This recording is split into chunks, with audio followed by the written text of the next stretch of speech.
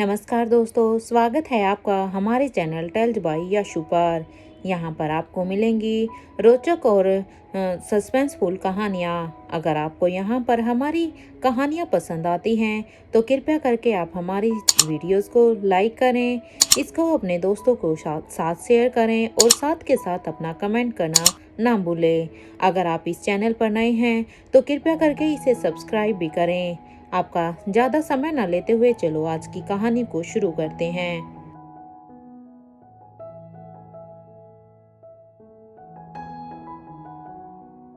पिछले एपिसोड में हमने सुना था कि यहाँ पर स्वाति मल्होत्रा रोहित और अनिका दोनों को ही अपने रूम में बुलाती है। अब रोहित और अनिका ये दोनों ही स्वाति मल्होत्रा के बनाए अनुसार अब उसके कमरे में चले जाते हैं। वहां पर जाने के बाद अब स्वाति मल्होत्रा कहती है कि धनंजय ने उसे देख लिया है। अब अनिका अपनी माँ से पूछती है कि अब आप कैसे क्या करेंगी। अब इस बात पर अब स्वाति मल्होत्रा कहती है कि ये मेरा काम है, मैं वो अपनी इस मामले को अच्छी तरह से संभाल लूंगी। लेकिन अब समय आ गया है कि अब तुम दोनों को अपनी उस छोड़ी हुई फाइटिंग प्रैक्टिस को अब पूरी तरह से सीखना होगा, क्योंकि तुम्हारा जो काम अधूरा रह गया है अब उसे पूरा करने का समय आ गया है। इसलिए रोहित, तुम्हें अब मेरे साथ चलना होगा और अनिका, तुम्हें अब बूढ़े किंग के पास जाना होगा। अब स्वाति मल्होत्रा की इस बात पर रोहित कहता है कि हम चलेंगे, बस मुझे मैं आपसे बस आज रात की ही का टाइम मांग रहा हूँ, क्योंकि मैं कल बस सबको बस में बैठा कर उन्हें पैलेस के लिए वापस भेज दूंगा। उसके बाद ही मैं आपके साथ चलूंगा और अनिका नाना जी के पैलेस में। रोहित की ये बात सुनकर अब अनिका उसे ही देख रही थी। अनिका अब अपनी माँ से कहती है कि मैं मिस्टर मारवा की बात से सहमत हूँ माँ, बस कल हम दोनों ही अपनी अपनी फाइटिंग के लिए चले जाएंगे। अब इस बात पर अब स्वाति मल्होत्रा कहती है, ठीक है अनिका, लेकिन याद रहे कि ज्यादा वक्त नहीं है हमारे पास, क्योंकि हमारे पास अब बहुत कम वक्त बचा है। अब इस बात पर अनिका और रोहित दोनों ही हाँ में अपना सिर हिला देते हैं और वो दोनों अब स्वाति मल्होत्रा को अब गुड नाइट बोलकर अब वहां से बाहर निकल कर जाने लगते हैं। यानिका अब तेजी से अपने कदमों को अपने रूम की तरफ बढ़ा देती है। इससे पहले कि रोहित उससे कुछ भी पूछ पाता कि तभी उसका फोन अब बजने लगता है, क्योंकि यानिका जितनी जल्दी से अपने रूम की तरफ गई थी उसे देखकर अब रोहित को बड़ा अजीब लग रहा था। लेकिन इससे पहले ही उसका फोन बज गया। जब रोहित अपनी फोन स्क्रीन को देखता है तो यहाँ पर किसी और का नहीं बल्कि राहुल उसे कॉल कर रहा था। राहुल के नंबर को देखकर अब रोहित वहीं पर ही रुक जाता है और अब वो अपने फोन को पिक करते हुए अब सीधे ही कहता है, क्या बात है राहुल। अब रोहित के इस सवाल पर अब राहुल कहता है, बड़ा डिज्नी लैंड घूमा जा रहा है हाँ, और वो मुझे बिना बताए। नाउ लुक माय ब्रदर, मैं भी पेरिस आ रहा हूँ। तुम्हें क्या लगता है मुझे यहाँ पर उन मॉन्स्टर के बीच में छोड़कर तुम अपनी फैमिली के साथ ऐसे एंजॉय करोगे? That's not fair. इसलिए अब मैं भी आ रहा हूँ, क्योंकि अब मैं यहाँ पर इस घर में और नहीं रह सकता। अब तक रोहित राहुल की सारी ही बातें सुन रहा था और अब वो बार बार अपने रूम के दरवाजे पर देख रहा था, क्योंकि उसे अनिका से अभी के अभी बात करनी थी कि आखिर अनिका इतने तेज कदमों से क्यों जा रही थी। लेकिन यहाँ तो राहुल ने अब उसे यहीं पर ही फंसा लिया था, क्योंकि राहुल ने अब यहाँ पर पेरिस में आने की बात कह दी थी। रोहित अब राहुल से कहता है, मुद्दे की बात करो, क्यों फोन किया है? इस बात पर अब राहुल कहता है, अभी कुछ देर पहले इन्वेस्टर्स के साथ मीटिंग है मेरी, तुम्हारी, इसलिए अब चलो जल्दी से मेरी मदद करो, क्योंकि तुम्हें तो पता है कि मैं ये सब नहीं कर सकता। अब ये सुनते ही अब रोहित कहता है, ठीक है, लेकिन पहले फाइल्स तो भेजो। अब इस बात पर राहुल कहता है, मैंने ऑलरेडी भेज दिया है, अभी 2 घंटे हैं तुम्हारे पास, इसलिए जल्दी से उन फाइल्स को पढ़ो और मेरी हेल्प करो, क्योंकि मैं अब इसमें कुछ नहीं कर पाऊंगा। और मुझे ये बताओ कि और कितना नुकसान करवाना है मेरा, क्योंकि जितना मैं यहाँ पर रहूंगा उतना ही मेरा नुकसान यहाँ होता जा रहा है। इसलिए अब बस तुम जल्दी से यहाँ पर आ जाओ। ये सुनते ही अब रोहित कहता है, तुम्हें जितना तुम्हारा कॉन्सर्ट पर मिलता है ना, उससे 10 गुना मैं दे रहा हूँ। मैं दे रहा हूँ। इस बात पर अब राहुल गुस्से से कहता है, मारवा कंपनीज में मुझे कोई इंटरेस्ट नहीं है और बूढ़े की कंपनी से मैं 5 रुपीज ना लूं। मैं वो तो तुम हर साल मुझे मेरे शेयर्स के पैसे मेरे अकाउंट में डलवा देते हो, लेकिन मैं भी उन पैसों को चैरिटी में दे देता हूँ क्योंकि मुझे मारवा परिवार से दिया हुआ एक भी पैसा नहीं चाहिए। वैसे मुझे पता चला है कि ताऊजी जिंदा है, क्या ये बात सच है? राहुल के इस सवाल पर अब रोहित कहता है, तुम्हें कैसे पता चला इस बात के बारे में? अब इस सवाल पर अब राहुल कहता है कि वो डाकू भूमिका है ना तुम्हारे साथ में, उसी ने ही धीरज को बताया है और तुम तो धीरज को जानते ही हो। उसने रोहित अब यानी कि मुझे बता दिया था। इस बात को सुनकर अब रोहित उसे कहता है, क्या तुमने भी दादी माँ को बता दिया है इस बारे में? अभी सवाल पर राहुल कहता है, डोंट वरी ब्रो, तुम्हारी बीवी अनिका को भी नहीं बताया है इस बात। एक बात बता दूं, एक बात मुझे बता दे यार कि कैसे झेलता है तू। माना कि तुम्हारी बीवी बहुत ही खूबसूरत है, लेकिन ये बिना नहाए कैसे रहती है? तोबा तोबा, पानी देखकर तो ऐसे भागती है मानो इसने कोई भूत देख लिया हो। अब राहुल की ये बात सुनकर अब रोहित कहता है, ठीक है अभी फोन रखो, मैं फाइल्स पढ़कर तुम्हें कॉल करता हूँ क्योंकि अभी मेरे पास इन सब बातों का समय नहीं है। और हाँ, इस बार अपने फोन को चार्ज कर लेना, वरना याद है पिछली बार क्या हुआ था? इस बात पर अब राहुल कहता है, हाँ ठीक है, वैसे मैंने तुझे एक बात नहीं बताई, वो मेरे से मिलने तेरी बीबी का एक्स आया था, और सॉरी एक्स हस्बैंड आया हुआ था। क्या बताऊं, कितनी तारीफ कर रहा था वो तेरी बीवी की। राहुल की ये बात सुनकर अब रोहित कहता है, ये क्या कह रहे हो तुम? 1 मिनट फोन चालू रखो। ये कहते हुए ही रोहित अब वहां से निकलकर एक खाली रूम की तरफ जाने लगता है तो वहीं अब तक अनिका भी अभी ब्लैक कैट का आउटफिट पहनकर वो बाहर आ जाती है। तो वो कॉरिडोर में देखती है तो वहां पर रोहित नहीं था। रोहित को वहां ना देखकर अब अनिका हैरान हो जाती है कि अभी तक तो मिस्टर मारवा यहीं पर थे, आखिर मिस्टर मारवा अब इस वक्त कहाँ जा सकते हैं? अब ये सोचते हुए ही अनिका अब अपनी घड़ी में टाइम देखती है तो उसे अब लेट हो रहा था। वो भी यही सोचती है कि वो आखिर रोहित से बात करे, वो आकर ही रोहित से बात करेगी, इसलिए वो जल्दी से वहां से बाहर निकलकर सीधा ही एलिवेटर के पास चली जाती है। और अब वो जल्दी से बाहर निकलकर होटल के पार्किंग एरिया में आ जाती है। वहां पर आने के बाद वो जल्दी से अब एक बाइक लेकर वहां से जल्दी से ही सेंट्रल पेरिस के लिए निकल जाती है। अनिका इतनी तेजी से अपनी बाइक को चला रही थी कि 45 मिनट का सफर उसने 15 मिनट में ही पूरा कर लिया था। उसके बाद अब वो सेंट्रल पेरिस में ठीक 15 मिनट के बाद पहुंच जाती है और अब वो उस लोकेशन पर आकर अब उस शख्स का इंतजार करने लगती है जिस शख्स को उसने 45 मिनट का टाइम दिया था। कुछ देर के इंतजार के बाद एक शख्स वहां पर आता है और वो आकर कहता है, मैडम आपने इस वक्त मुझे यहाँ पर क्यों बुलाया है? उस शख्स के इस सवाल पर अब अनिका उसे कहती है, क्या अभी तुम लोगों के पास कुछ एडवांस हथियार आए हुए हैं क्या? इस सवाल पर अब वो शख्स कहता है कि सबसे ज्यादा एडवांस हथियार तो किंग के अंडर में ही रहते हैं, लेकिन हाँ कुछ ब्लैक में हथियार हैं जो यहाँ पर मंगाए गए हैं। और खबर तो ये भी है कि जिन हथियारों को मंगवाया गया है वो इंडिया से आए हैं। और हाँ, रोबिन आपको कांटेक्ट करने की कोशिश कर रहा है, लेकिन वो आपसे कांटेक्ट नहीं कर पा रहा है। मैडम उन लोगों ने उसे पकड़ लिया है क्योंकि उन्हें उसके ऊपर शक हो गया था। उस शख्स की ये बात सुनकर अब अनिका कहती है, क्या तुम इस बारे में श्योर हो? अब अनिका के इस सवाल पर वो शख्स कहता है, मेरी आज ही बात हुई है, अभी उन्हें सिर्फ शक है और हाँ उन्हें कोई ट्रेनिंग दी जा रही है। उसे ऐसी फाइटिंग टेक्निक की प्रैक्टिस करवाई जा रही है जिसके बारे में हमने तो शायद कभी सुना भी नहीं था। उस शख्स की ये बात सुनकर अब अनिका कहती है, ठीक है फिर मैं तुम्हें कुछ देर में रोबिन के लोकेशन के बारे में बता दूंगी। मैं बस एक बार वापस जाकर उसकी लोकेशन को ट्रेस करती हूँ, तुम भी वहां पर नजर बनाए रखना। इस बात पर अब वो शख्स कहता है ओके मैडम, काम हो जाएगा। इस बात पर अब अनिका कहती है ठीक है, मेरे ख्याल से अब हमें यहाँ से चलना चाहिए, इससे पहले कि कोई यहाँ पर देख ले।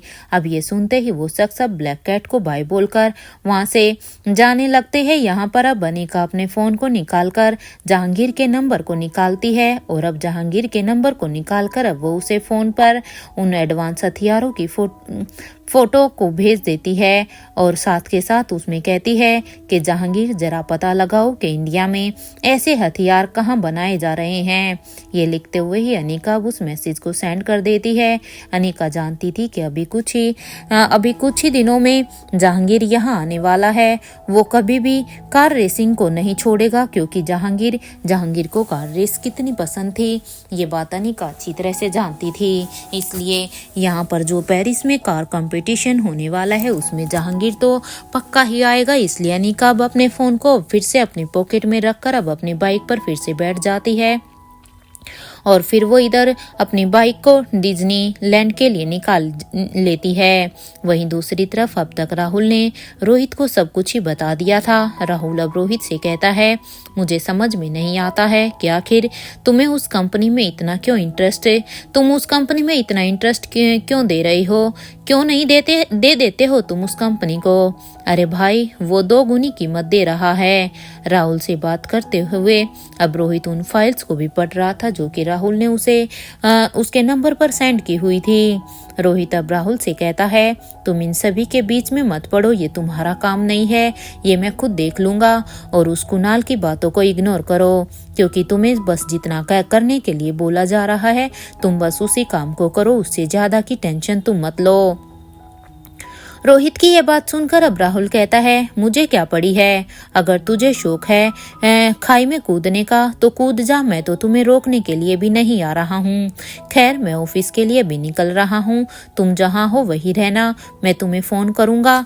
अब मैं तुम्हें जल्द ही फोन करूँगा और हाँ, मेरा फोन की रिंग बजते ही फोन को जल्दी से उठा लेना। राहुल की ये बात सुनते ही अब रोहित भी कहता है ओके और अब वो ठीक है कहकर अब ये कहते हुए रोहित अब फोन को डिस्कनेक्ट कर देता है। अब तक अनिका भी जल्दी से अपने रूम की तरफ आने लगती है। जैसे ही रूम के अंदर अनिका आती है तो उसे रोहित वहां दिखाई ही नहीं दे रहा था क्योंकि जब अनिका यहाँ से गई थी तब भी उसे रोहित दिखाई नहीं दिया और उसे अब भी रोहित यहाँ पर कमरे में नहीं मिला। अनिका पूरे ही रूम में उसे ढूंढती है क्योंकि अनिका ने भी अब तक सोचा था कि शायद अब तक तो रोहित कमरे में आ गया होगा, लेकिन अब जब उसे वो वहां पर दिखाई नहीं देता तो वो उसे ढूंढती है और वो उसे कमरे में भी कहीं पर दिखाई नहीं दिया। अनिका अब अपने चेहरे के मास्क को निकालकर अब उसे कबर्ड में रख देती है और अब वो रूम के बाहर निकल कर आ जाती है। अब वो धीरे धीरे अपने कदमों को बढ़ाने लगती है तो उसे अब धीरे धीरे से रोहित की आवाज आती है। अब वो उस आवाज को फॉलो करती है। जैसे ही वो थोड़ा सा आगे बढ़ने लगती है तो उसके कदम एक रूम के बाहर रुक जाते हैं। वहां रुकने के बाद अब वो धीरे धीरे से दरवाजे को खोलती है तो उसे सामने वहां पर रोहित दिखाई देता है जो कि अपने फोन पर कुछ बड़े ही ध्यान से पढ़ रहा था। अनिका अब भी यही सोचती है कि वो पहले चेंज कर ले, उसके बाद ही वो रोहित से बात करेगी।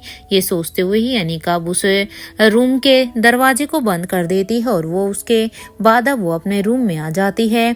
अपने रूम में आने के बाद अब अनिका जल्दी से अपने ब्लैक कैट के आउटफिट को चेंज करने के लिए बाथरूम में चली जाती है। वहीं दूसरी तरफ अब तक रोहित को राहुल का दोबारा से फोन आता है तो अब यहाँ पर रोहित भी अब अपने कानों में अब अपने ईयरपोड्स को लगा लेता है और उनको लगाने के बाद अब वो एक एक करके सारे ही पॉइंट्स को अब बोलने लगता है क्योंकि रोहित यहाँ पर राहुल को हर एक पॉइंट्स को अच्छे से बता रहा था कि उसे मीटिंग में क्या क्या बोलना है ताकि वहां पर बैठा हुआ राहुल सब कुछ संभाल ले। वहीं दूसरी तरफ राहुल भी अपनी मीटिंग में ठीक वैसे ही बोल रहा था जैसा कि उसे रोहित ने बोला था। वहीं अब तक अनिका भी चेंज करने के बाद अब अपने रूम में वापस आ गई थी। अब वो अपने रूम में आती है तो वो अब सोचती है कि पहले वो पहले वो एक बार मिस्टर मारवा को यहाँ पर बुला कर लाती है और यही सब सोचकर ही अब अनिका अपने कदमों को फिर से उस रूम की तरफ बढ़ा देती है जहाँ पर वो थोड़ी देर पहले ही रोहित को वहाँ पर देख कर आई थी। कुछ ही देर में अब अनिका उस रूम के बाहर आ जाती है। जब वो अनिका उस रूम के दरवाजे को खोल कर देखती है तो रोहित अब किसी से फोन पर बात कर रहा था। रोहित को इस तरह से बात करता हुआ देखकर ऐसा लग रहा था कि वो किसी मीटिंग में है, इसलिए अनिका अब उसके पास जाती है और अब वो उसके कंधे पर अपना हाथ रखती है तो रोहित भी अब झटके से उसे पीछे मुड़कर देखता है और जैसे ही रोहित पीछे मुड़ता है तो उसे अपने सामने अनिका दिखाई देती है। अनिका को देखकर अब रोहित उससे इशारे से ही कहता है कि वो अभी जाकर सो जाए। रोहित की इस बात पर अब अनिका कुछ नहीं कहती है और वो उसके बगल में ही वहीं पर ही बैठकर अब रोहित की मीटिंग के खत्म होने का वेट करती है। लेकिन वहीं दूसरी तरफ इधर हंसराज मारवा और पंकज मारवा राहुल के लिए प्रॉब्लम क्रिएट कर रहे थे, क्योंकि ये उन्हें अच्छे से पता था कि राहुल उर्फ रोहित की तो याददाश्त जा चुकी है, इसलिए वो यहाँ पर कोई भी कसर नहीं छोड़ रहे थे उसके लिए प्रॉब्लम क्रिएट करने में। तो अब यहाँ से रोहित उसकी हेल्प कर रहा था। वहां राहुल जो कि अभी उस मीटिंग को अटेंड कर रहा था वो मन ही मन में अब उसे हंसराज मारवा और पंकज मारवा पर इतना गुस्सा आ रहा था कि उसका बस चले तो वो इन दोनों को ही कंपनी से और मारवा हाउस से निकाल दे। यहाँ इधर दूसरी तरफ रोहित की मीटिंग काफी लंबी खींची गई थी तो वहीं अनिका भी रोहित के कंधे पर अब फिर से अपना सिर रख देती है। अब क्योंकि वो यहाँ पर वेट करते करते रात ज्यादा हो गई थी तो ऐसे सिर सहारा लगाकर अपने सिर का अनिका कब सो गई उसे भी पता ही नहीं चला। रोहित भी अब बड़े ही ध्यान से पहले कुशन को अपनी गोद में लेता है और उसके बाद अब वो अनिका के सिर को उस पर रख देता है जिससे कि वो कंफर्टेबल होकर आराम से सो सके। वहां अब तक रोहित धीरे धीरे राहुल को पूरे ही पॉइंट्स को समझाने लगता है, क्योंकि जिस तरह से मीटिंग हॉल में वहां पर हंसराज मारवा और पंकज मारवा उसके लिए वहां पर बहुत ही मैस क्रिएट कर रहे थे तो इधर से रोहित यहां पर उन सभी मैस को क्लियर करता हुआ जा रहा था। वो सभी ही पॉइंट्स को बड़े ही अच्छे से समझा रहा था। जब मीटिंग खत्म हो गई थी तो अब रोहित ने अपने फोन को डिस्कनेक्ट कर दिया और अब उसकी नज़र अब सोई हुई अनिका पर जाती है। जैसे ही उसकी नज़र अब अनिका के चेहरे पर गई तो उसकी एकदम से सारी ही थकान उतर जाती है, क्योंकि एक ही जगह पर बैठे बैठे हुए रोहित भी अब ऊब चुका था। लेकिन अनिका को देखकर अब उसे ऐसे लगा जैसे कुछ भी नहीं हुआ हो। रोहित अभी यही सोचता है कि वो और अनिका इसी रूम में सो जाएं, क्योंकि अनिका तो ऑलरेडी यहाँ पर सो चुकी थी। इसलिए रोहित अब बड़े ही आराम से बिना अनिका को डिस्टर्ब किए वहां से उठता है और अब वो उसे अपनी बाहों में उठाकर उसे वहीं उस रूम के ही बेड पर लेटा देता है। अनिका को वहां पर उस बेड पर लेटाने के बाद अब रोहित भी खुद उसके पास जाकर लेट जाता है और क्योंकि रोहित भी पूरे दिन से थका हुआ था इसलिए रोहित को भी अनिका के पास लेटते ही नींद आ जाती है। नेक्स्ट डे मॉर्निंग बच्चों के रूम में अभी सभी सो रहे थे। अभी सबसे पहले रिया की ही आंखें खुली तो वो जोर से अंगड़ाई लेते हुए अब अपने दिन की शुरुआत करती है। रिया के चेहरे पर एक खुशी थी, एक सुकून था, क्योंकि रिया को देखकर ऐसा लग रहा था जैसे यहाँ पर इस डिज्नीलैंड में आकर सबसे ज्यादा खुश तो बस रिया ही थी। रिया अब से उठती है और अब वो जल्दी से शावर लेने के लिए बाथरूम में चली जाती है। कुछ ही देर के बाद जब रिया वापस से शावर लेकर आती है तो अब वो जल्दी से रेडी होकर अब अपने मोम और डैड के रूम की तरफ जाने लगती है। कुछ ही वॉकिंग डिस्टेंस के बाद जब वो वहां पर अपने मोम डैड के रूम के पास पहुंच जाती है तो अब वो दरवाजे को नॉक करने लगती है और कुछ ही देर तक अब वो वहां पर दरवाजे के खुलने का वेट करती है। जब उसे कोई भी जवाब नहीं मिलता या कोई भी दरवाजे को खोलने नहीं आता तब उसे कुछ समझ में ही नहीं आया कि अब उसके मोम और डैड इस दरवाजा क्यों नहीं खोल रहे हैं। और अब वो जल्दी से अब दरवाजा ना खुलने की वजह से अब वो जल्दी से अपने नानू और दादू के कमरे की तरफ जाने लगती है, क्योंकि उसे सबसे पहले इसके बारे में अपने दादू और नानू को बताना था, क्योंकि वही उसकी इसमें हेल्प कर सकते थे। अपने दादू और नानू, क्योंकि यहाँ पर करण और धनंजय एक ही कमरे में ठहरे हुए थे, तो अब वो उनके कमरे के दरवाजे को नॉक करने लगती है। थोड़ी देर के बाद जब दरवाजा खुला तो सामने करण गुलेरिया खड़े थे। क्योंकि करण गुलेरिया ने दरवाजा खोला अपने नानू को ऐसे दरवाजे पर सामने देखकर, रिया अब उन्हें सबसे पहले तो गुड मॉर्निंग विश करती है और उसके बाद अब वो उनका हाथ पकड़ कर कहती है, नानू नानू जल्दी चलो, देखो ना मोम और डैड अपने रूम का दरवाजा नहीं खोल रहे हैं। अब रिया की ये बात सुनकर करण गुलेरिया एकदम से हैरान हो जाते हैं, क्योंकि उन्हें कुछ भी समझ में नहीं आता कि आखिर ऐसा क्या हुआ कि वो लोग दरवाजा ही नहीं खोल रहे हैं। लेकिन अब वो रिया को कहते हैं कि ये क्या कह रही हो बेटा, तुम, हो सकता है वो सो रहे होंगे।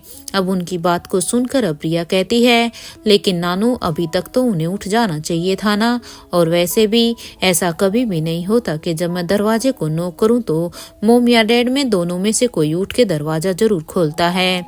अब रिया की ये बात सुनकर अब करण गुलेरिया फिर से कहते हैं कि ठीक है, फिर तुम थोड़ी देर रुको, मैं चलता हूँ तुम्हारे साथ। यहाँ रिया और करण गुलेरिया अब दोनों ही अनिका और रोहित के कमरे की तरफ जाने लगते हैं। कुछ ही देर के बाद वो दोनों जब उनके कमरे के पास पहुंचते हैं तो वो वहां पर पहुंचकर अब दरवाजे को नॉक करने लगते हैं और साथ ही अब वो रोहित और अनिका को आवाज भी लगाते हैं। रिया भी अभी कंटिन्यूसली नॉक करने लगती है, क्योंकि अब रिया को बिल्कुल भी पेशेंस नहीं था कि उसके मोम और डैड दरवाजा खोलेंगे, इसलिए अब वो और भी जोर से दरवाजे को नॉक करती है। करण गुलेरिया अब अपनी पॉकेट से अपना फोन निकालते हैं और अब वो रिया की तरफ देखते हुए कहते हैं, वेट रिया, क्योंकि ऐसे तो वो दरवाजा नहीं खोल रहे हैं, इसलिए मैं एक बार तुम्हारी मम्मा यानी कि अनिका के फोन पर फोन करके ट्राई करके देखता हूँ। अब जब करण गुलेरिया ने यहाँ पर अनिका के फोन पर को फोन किया तो अब अनिका ने फोन नहीं उठाया, इसलिए अब वो रोहित के फोन पर फोन करते हैं। करण गुलेरिया ऐसे ही अपने फोन से कभी अनिका का नंबर ट्राई कर रहे थे तो कभी रोहित का नंबर ट्राई कर रहे थे। जब करण गुलेरिया रोहित के फोन पर कॉल कर रहे थे तो रोहित का कॉल तो यहाँ पर स्विच ऑफ आ रहा था, तो वहीं अनिका के फोन की आवाज, अनिका के फोन पर रिंग तो जा रही थी, लेकिन उसके फोन की आवाज तो अब यहाँ पर उन्हीं के रूम के अंदर से ही आ रही थी। यहाँ पर अब रिया की आवाज सुनकर अब एक एक करके सभी ही वहां पर अपने रूम से बाहर निकलने लगते हैं, क्योंकि रिया अब यहाँ पर बार बार दरवाजे को नॉक कर रही थी और वो अपने मोम और डैड को बुला भी रही थी। इसलिए रिया की आवाज सभी के ही कमरों तक पहुंच रही थी। इधर रेखा मौसी अब रिया के पास आकर कहती है, बेटा क्या हुआ है तुम्हें, और तुम यहाँ पर क्या कर रही हो, वो भी इतनी सुबह सुबह। इस बात पर अब रिया कहती है, बड़ी मौसी देखिए ना, मैं कब से मोम और डैड के रूम को नॉक कर रही हूँ, लेकिन कोई भी दरवाजे को खोल ही नहीं रहा है। पता नहीं मोम और डैड मेरी आवाज पर रिस्पॉन्स क्यों नहीं कर रहे हैं। रिया की ये बात सुनकर अब रेखा मौसी कहती है कि बेटा उन्हें फोन कर लो, क्योंकि अगर उन्हें, क्या पता वो सो रहे हो, अगर उन्हें दरवाजे के नॉक की आवाज सुनाई नहीं दी तो हो सकता है वो फोन उठा लें। इस बात पर अब करण गुलेरिया कहते हैं कि मैं काफी वक्त से उन दोनों के फोन पर फोन करने की कोशिश कर रहा हूँ। एक का फोन अंदर ही बज रहा है तो वहीं दूसरे का फोन तो अभी स्विच ऑफ आ रहा है, क्योंकि अनिका के फोन की रिंग तो अंदर से ही सुनाई दे रही है। अब तक वहां पर सभी ही मौजूद हो गए थे। अब अलेक्जेंडर कहता है, नानू आप एक बार रिसेप्शनिस्ट से पूछिए ना कि कहीं डैड नीचे जिम करने तो नहीं चले गए हैं। क्या पता, हम सोच रहे हो कि मोम और डैड अंदर होंगे, क्योंकि डैड तो मॉर्निंग में जिम भी तो करते हैं ना, तो एक बार आप वहां पर जाकर कंफर्म कर लो, और हो सकता है कि मम्मा स्विमिंग पूल गई हो, इसलिए क्या पता वो दोनों अंदर ही ना हो। अब अलेक्जेंडर की ये बात सुनकर अब रिया कहती है, क्या बकवास कर रहे हो तुम, हाँ, हम सभी को छोड़कर क्या मोम और डैड ऐसे थोड़ी ना जा सकते हैं। भला ऐसा पहले कभी हुआ है क्या, क्योंकि हम यहाँ पर एक ट्रिप पर आए हैं और यहाँ पर ट्रिप पर हमें ऐसे छोड़कर वो ऐसे नहीं जा सकते हैं। रिया की ये बात सुनकर अब भूमिका कहती है, अरे बेटा रुको, पहले हमें उन्हें यहीं ढूंढना चाहिए, क्योंकि ये भी तो हो सकता है कि वो दोनों अपने कमरे में हो ही ना, वो यहाँ पर किसी काम के लिए बाहर गए हों, या फिर वो हो सकता है वो यहाँ कहीं किसी दूसरे कमरे में हो। अब इस बात को सुनकर अब धनंजय पीरामल कहते हैं कि फिर ठीक है, अगर ऐसा है तो सभी यहाँ पर उन्हें ढूंढते हैं, क्योंकि अगर वो यहीं कहीं होंगे तो वो हमें जरूर मिल जाएंगे। अब यहाँ पर धनंजय भूमिका से कहते हैं, वैसे भूमिका तुम्हारा आइडिया तो सही है, लेकिन क्या तुम गैस कर सकती हो कि वो किसके रूम में गए होंगे, क्योंकि तुम तो उनके साथ ज्यादा रहती हो ना। ये कहते हुए ही अब धनंजय एकदम से ही चुप हो जाते हैं, क्योंकि अभी उनके दिमाग में कोई बात खटकी। अब वो अपने मन में ही सोचते हैं कि कहीं ऐसा तो नहीं है कि ये दोनों स्वाति मल्होत्रा के रूम में ही उससे मिलने के लिए गए हों, क्योंकि ये तो श्योर है कि ये दोनों जानते हैं कि वो जिंदा है, और मैंने स्वाति को यहाँ पर देखा था तो उन्हें भी इस बात के बारे में 100% पता होगा। तो ये भी तो हो सकता है कि वो दोनों वहीं पर हों, लेकिन अब मैं ये कंफर्म कैसे करूं, क्योंकि मैं तो यहाँ से अब सभी के सामने उनके उस स्वाति मल्होत्रा के रूम की तरफ जा भी नहीं सकता। अब मैं उसके रूम की तरफ कैसे जाऊं उन दोनों को देखने के लिए, क्योंकि अगर मैं यहाँ से सीधा ही स्वाति मल्होत्रा के रूम की तरफ गया तो यहाँ पर खड़े हुए सभी लोगों को मुझ पर शक हो जाएगा। यहाँ पर अभी धनंजय यही सब सोच रहे थे कि तभी अब सभी के ही कानों में एक आवाज आती है कि क्या हुआ है, यहाँ पर इतनी भीड़ क्यों लगी हुई है। जैसे ही सभी अब उस आवाज की दिशा में देखते हैं तो ये आवाज किसी और की नहीं बल्कि खुद अनिका की ही थी, क्योंकि अनिका ने जब यहाँ पर अपने कमरे के सामने इतने सारे लोगों को पूरी भीड़ को देखा तो अब उसका सीधा का सीधा यही रिएक्शन था। अपने मोम और डैड को सामने से आता हुआ देखकर अब रिया अपनी आंखों को मसलने लगती है, और अब वो कभी अपने नानू को देखती है तो कभी सामने अपने मोम और डैड को। रिया अब जल्दी से करण गुलेरिया से कहती है कि नानू, क्या ये दोनों सच में मोम और डैड हैं। रिया की ये बात सुनकर तो वहां पर अब सभी की ही एकदम से हंसी छूट जाती है। सभी ही अब जोर जोर से रिया की इस बात पर हंसने लगते हैं।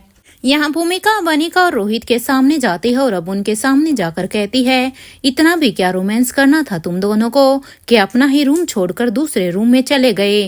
अरे भला तुम्हें तुम्हारे रूम में कौन देखने के लिए आ रहा था। भूमिका की ये बात सुनकर अब रोहित उसे गुस्से से घूर घूर कर देखने लगता है, क्योंकि यहाँ पर सभी खड़े थे और भूमिका ने ऐसी बातें कह दी थी जिससे अब रोहित और अनिका को काफी एम्बैरेसिंग सा फील हो रहा था।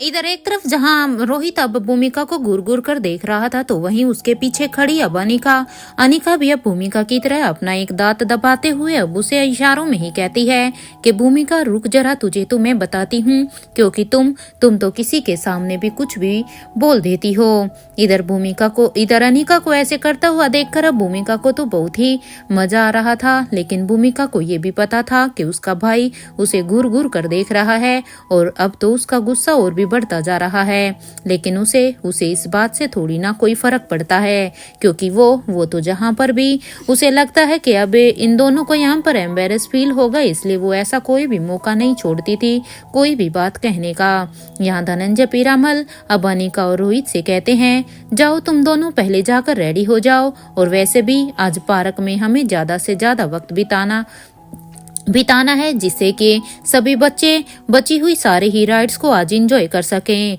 इस बात पर अब अनिका कहती है, पापा हमें बस 15 मिनट दीजिए, आप सभी नीचे जाकर ब्रेकफास्ट एंजॉय कीजिए, हम बस अभी आते हैं। अनिका की इस बात पर अभी श्रेया कहती है, तुम दोनों दोबारा रोमांस में तो बिजी मत हो जाना।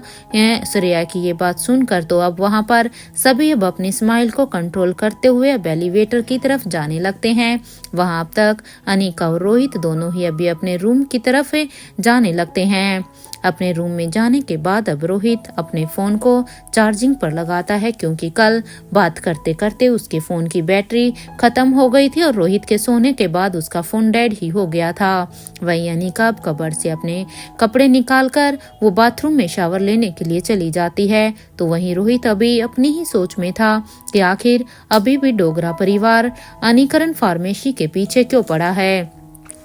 अरे कितने साल हो चुके हैं, हमने उस फार्मेसी में सब कुछ ढूंढने की भी कोशिश की, लेकिन वहां पर ऐसा कुछ भी नहीं मिला जिससे कि हमें ये पता लग सके कि आखिर उस फार्मेसी में ऐसा क्या छिपा हुआ है, आखिर क्या मिल जाएगा उन लोगों को उस कंपनी से। क्या करूं मैं, कोई भी डिसीजन लेने से पहले मुझे एक बार अनिका से इस बारे में बात करना होगा, क्योंकि अनिका को भी तो पता होना चाहिए ना कि वो लोग क्या कर रहे हैं।